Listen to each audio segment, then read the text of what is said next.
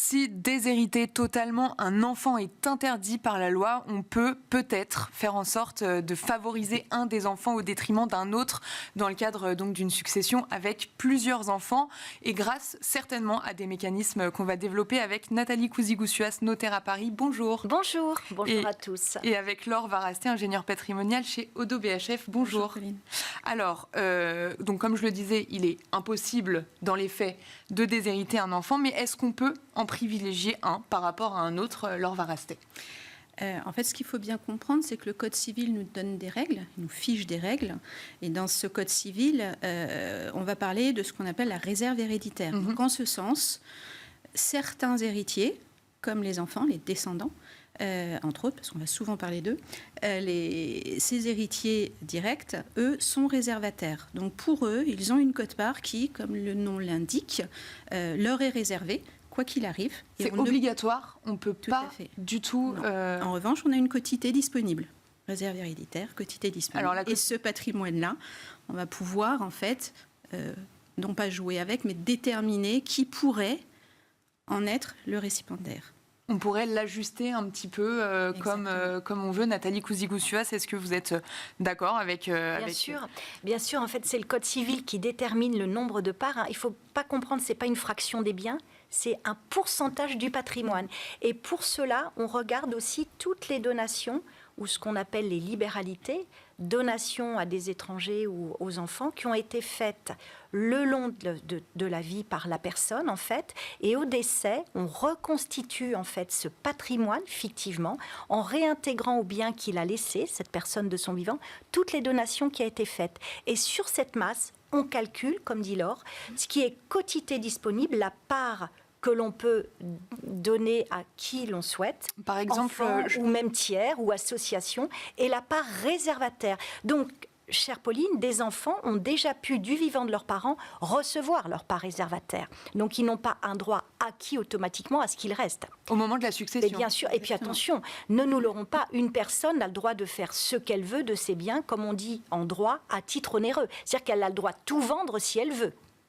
C'est uniquement les actes dits à titre gratuit, c'est-à-dire les donations ou les legs par testament, qui vont constituer cette masse sur laquelle va se calculer la fraction de part de réserve et de quotité disponible. Vous avez un enfant, votre quotité disponible, eh bien, elle correspond à la moitié de vos biens. Par exemple, si on a deux enfants, c'est un tiers. Vous avez 3 enfants ou plus, vous voyez, c'est un peu plus restreint, c'est un quart. Et ne croyez pas que c'est une spécificité française. La plupart des pays, sauf nos chers pays anglo-saxons, connaissent un droit à réserve. D'accord. Est-ce que, donc on a rappelé les deux mécanismes, donc quotité disponible et réserve héréditaire. Maintenant qu'on a dit ça, est-ce que on peut faire une donation du vivant, par exemple, Laure Varasté, pour avantager un enfant sans que ce soit compté comme une avance sur l'héritage, par exemple ?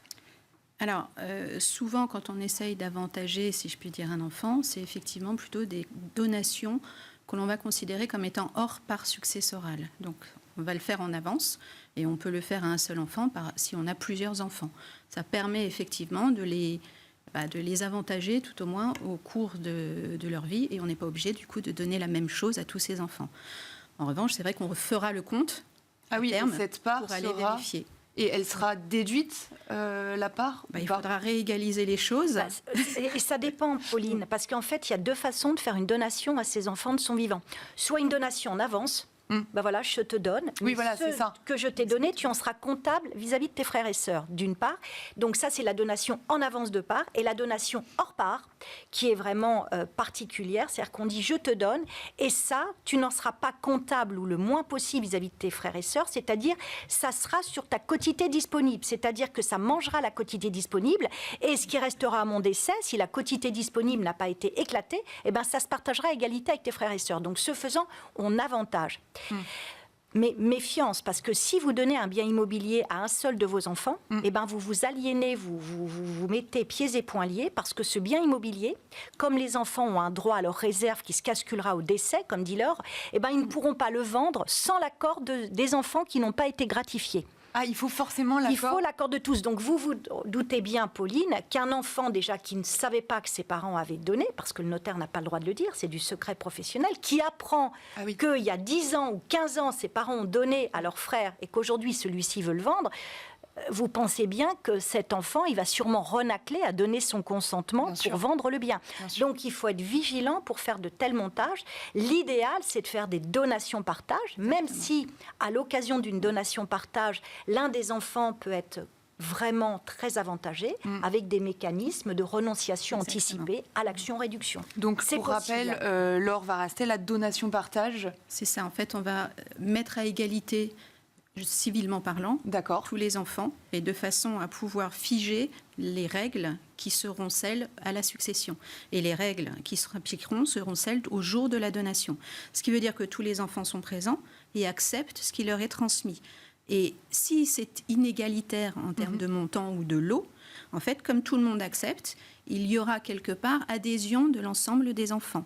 Et on peut y ajouter un autre mécanisme, justement, quand on avantage un peu trop, on va dire, un enfant par rapport à un autre, c'est justement que les autres enfants acceptent de renoncer justement à ce qu'on appelle l'action en réduction, mais donc de contester en réalité ce qui aura été fait aujourd'hui. Ce qui permet à la fois d'avantager un enfant qui pourrait en avoir besoin.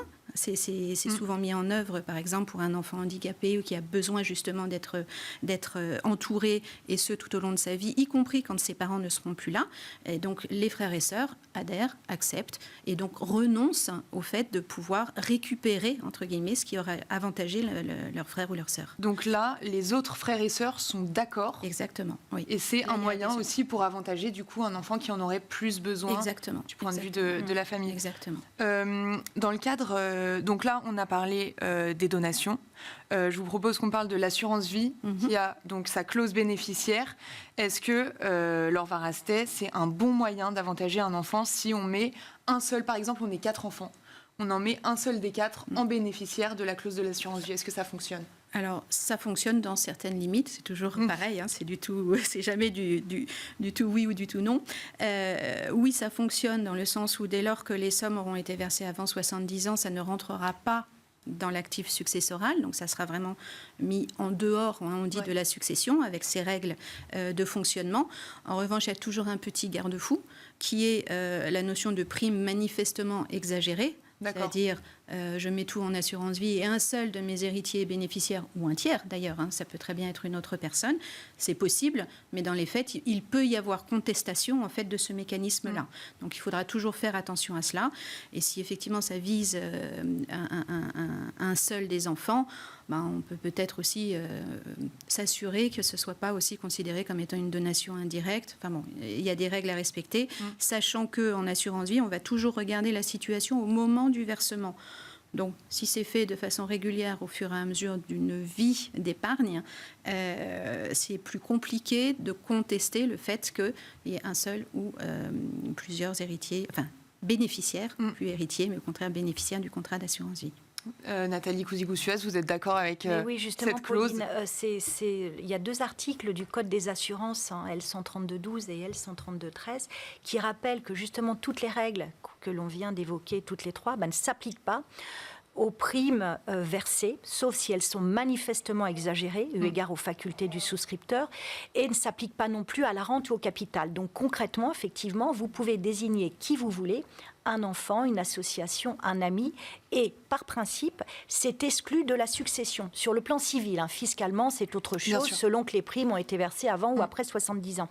Mais l'expérience montre que ça crée beaucoup de litiges entre les héritiers et beaucoup de non-dits, parce que par définition, l'assureur ne le dit pas au notaire, ne le dit pas aux autres héritiers, parce que ça participe du secret professionnel, mais certains héritiers sans doute ou se disent « mais je suis sûr que mon père ou ma mère avait une assurance vie et que c'est mon frère qui a perçu ». Dans ce cas-là, il y a souvent des conflits qui vont jusqu'aux tribunaux judiciaires, justement, pour déjà connaître le montant, parce que pour savoir si la prime n'est pas manifestement exagérée, il faut-il encore connaître le montant. Bien sûr. Donc dans ce cas-là, les héritiers vont aller rechercher les versements qui ont été faits au fil du temps et solliciter du juge que l'assureur mentionne l'identité du bénéficiaire et le montant des primes versées. Et par exemple, dans le cas d'une assurance vie, à quel moment on peut dire que c'est une donation déguisée du coup? Alors, ce n'est pas une donation déguisée, c'est qu'elle sera ou non rapportable ou réductible, c'est tout. Ah oui. C'est pas déguisé. Une donation déguisée, c'est quand on fait passer un acte juridique pour autre chose que ce qu'il est. Ah oui. Par exemple, je veux avantager mon enfant, eh ben, je vais lui vendre un bien à bas coût. Ça, c'est une donation déguisée. En fait, puisque en réalité, je l'ai avantagé de par le faible. C'est ça, en fait. C'est quand on utilise un véhicule juridique qui n'est pas approprié pour lui faire passer, pour qu'il ait d'autres conséquences. Laure Varasté, vous êtes d'accord avec cette idée de Oui. donation déguisée? J'avoue que je ne peux pas contester dans le sens où c'est vrai qu'on essaye vraiment toujours, nous, d'alerter, d'être raisonnable, entre guillemets, sur la façon dont on veut organiser les choses. Il y a quand même beaucoup de mécanismes pour pouvoir justement s'organiser de son vivant et transmettre à ses enfants de façon, alors, je redis organisée, mais dans le sens où que chacun adhère et soit d'accord et qu'il n'y ait pas de conflits en fait, familiaux. C'est vraiment ça qui permet aussi de faire en sorte qu'une transmission se passe bien. Et pour compléter, je suis tout à fait d'accord avec Laure sur ce que dit Laure. Il faut être très vigilant parce que combien les notaires de France ont soit des gens qui sont en colère contre l'un ou l'autre de leurs enfants, qui les voient moins, il faut, à mon avis, c'est très violent d'être déshérité ou d'être privé d'une grosse partie. Oui. Et souvent, ça va au-delà de l'argent. Ça n'a rien à voir avec l'ampleur de la succession. Parfois, on me dit, mais si ça aurait été mieux, si mes parents n'avaient pas eu d'argent, se seraient battus. C'est faux. Vraiment, la succession, c'est plus le baromètre d'une famille. Vous avez des successions qui sont très conséquentes, qui se passent très bien, d'autres qui sont beaucoup plus modestes et qui se passent mal. Donc, il y a beaucoup d'aspects affectifs. Les sociologues des successions le savent bien. Et donc, il faut être très vigilant. L'intérêt du testament, à la limite, moi, je dis souvent à mes clients, essayez d'expliquer pour amortir le choc. Et puis, un testament, vous pouvez toujours revenir dessus.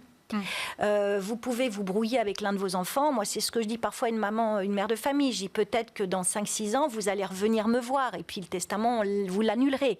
Un testament, c'est toujours révocable jusqu'à son décès, pour autant qu'on ait bien sûr ses facultés mentales. Donc, de même que la clause bénéficiaire de l'assurance vie, si elle n'a pas été acceptée par le bénéficiaire, il y a peu de risques qu'elle soit acceptée, sauf mécanisme particulier, on peut changer le bénéficiaire. Donc parfois, alors qu'une donation, elle est irrévocable. Bien sûr. Donc tout au long de la vie, il y a des maturations à faire, chère Pauline. Eh bien, on finira là-dessus. Merci beaucoup Nathalie Couzigou-Suez, vous êtes notaire à Paris. Et merci Laure Varasté, vous êtes ingénieure patrimoniale chez Odo BHF. Merci à toutes les deux. Merci à vous. Et quant à nous, on se retrouve tout de suite dans l'œil de l'expert.